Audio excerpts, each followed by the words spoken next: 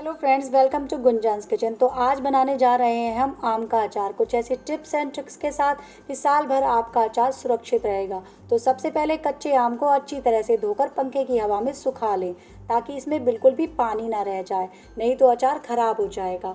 और अब लेते हैं कुछ मसाले जो कि हमें अचार में डालने हैं, जैसे कलौंजी, मेथी, सौंफ, धनिया, राई, सरसों, हींग और सरसों का तेल।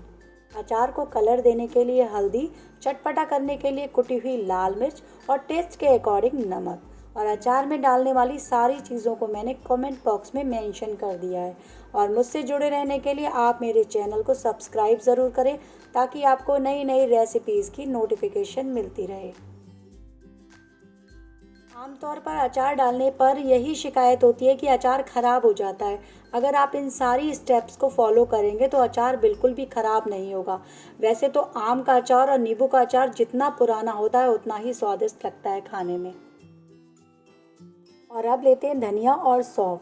अब इसको हम एक कढ़ाई में सबसे पहले धनिया डालेंगे और इसको गरम कर लेंगे। और गरम करने के बाद इसको हम प्लेट में निकाल कर ठंडा कर लेंगे। फिर उसके बाद डालेंगे सौंफ। सौंफ को भी इसी तरह से जैसे धनिया गरम किया है वैसे इसको भी गरम कर लेंगे और प्लेट में ठंडा करने के लिए निकाल लेंगे। जब ये ठंडा हो जाए उसके बाद इसे मिक्सी के जार में पीस लेंगे। अब लगभग ये ठंडा हो चुका है। आम को छोटे छोटे पीस में सरौते से काट लेंगे। घर पर सरौता ना हो तो बाजार से कटवा लेंगे। धनिया और सौंफ को मिक्सी के जार में डालकर दरदरा पीस लेंगे। तो मैंने धनिये को पीस लिया है दरदरा। और फिर लेते हैं सौंफ। सौंफ को भी दरदरा मिक्सी के जार में पीस लेते हैं, कुछ इस तरह। दरदरा पीसने से मसालों का टेस्ट ज़रा अच्छा आता है, इसलिए थोड़ा सा मसालों को दरदरा ही पीसेंगे। आप एक बोल लेंगे, बोल में डालेंगे हम धनिया और सौंफ जो हमने अभी मिक्सी के जार में पीसा था। और फिर डालेंगे मेथी, कलौंजी, राई, सरसों, हींग, हल्दी, मिर्च, नमक। अब सबको मिक्स कर देंगे ताकि आम पर ये अच्छी तरह से सब चीज़ें लिपट जाएं। तो सारी चीज़ों को मैंने एक एक करके बोल में डाल दिया है। बोल में इसलिए डाला है ताकि ये अच्छी तरह से मिक्स हो जाए और आम के अचार पे अच्छी तरह से फैल कर लपट जाए। और अगर आपको मेरी ये रेसिपीज़ पसंद आती हैं तो आप मेरे चैनल को लाइक एंड सब्सक्राइब ज़रूर करें ताकि मेरा भी कुछ फ़ायदा हो जाए।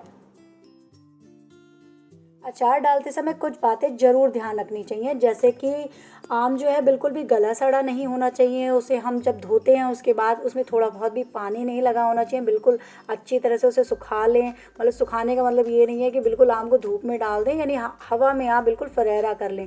अचार को हमेशा कांच की बर्नी में ही रखें या चीनी मिट्टी की बर्नी में रखें। प्लास्टिक के जार में बिल्कुल भी ना रखें, ये तो अचार में थोड़ी महक आने लगती है। बस यही कुछ टिप्स हैं जो इसे ध्यान रखना ज़रूरी होती है। अब कटे हुए कच्चे आम के पीसेस को एक बड़े बर्तन में डालकर सारे मसाले को फैलाकर इसे अच्छी तरह से मिक्स करेंगे। मिक्स करके थोड़ा सा ऑयल भी डालेंगे और फिर ऑयल डालने के बाद फिर से इसे हम अच्छी तरह से मिक्स करेंगे और मसाले को अच्छी तरह से आम में लपेट देंगे।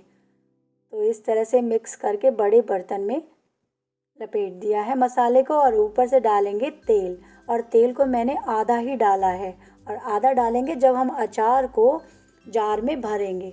तो मैंने थोड़ा सा तेल बचा कर रखा हुआ है और इस तेल को मैंने आधे तेल को अच्छी तरह से आम के अचार में लपेट दिया है। इस तरह से देखिए कुछ। और इसमें डालेंगे, अचार ख़राब ना हो इसके लिए, सोडियम बेंजोएट। तो मैंने 5 किलो आम के अचार में 1 छोटा चम्मच सोडियम बेंजोएट डाला है। इसे अच्छी तरह से आम के अचार में मिक्स कर दें और अब अचार को कांच की बर्नी या चीनी मिट्टी की बर्नी में डाल दें और बचा हुआ तेल भी इसके ऊपर से डाल दें।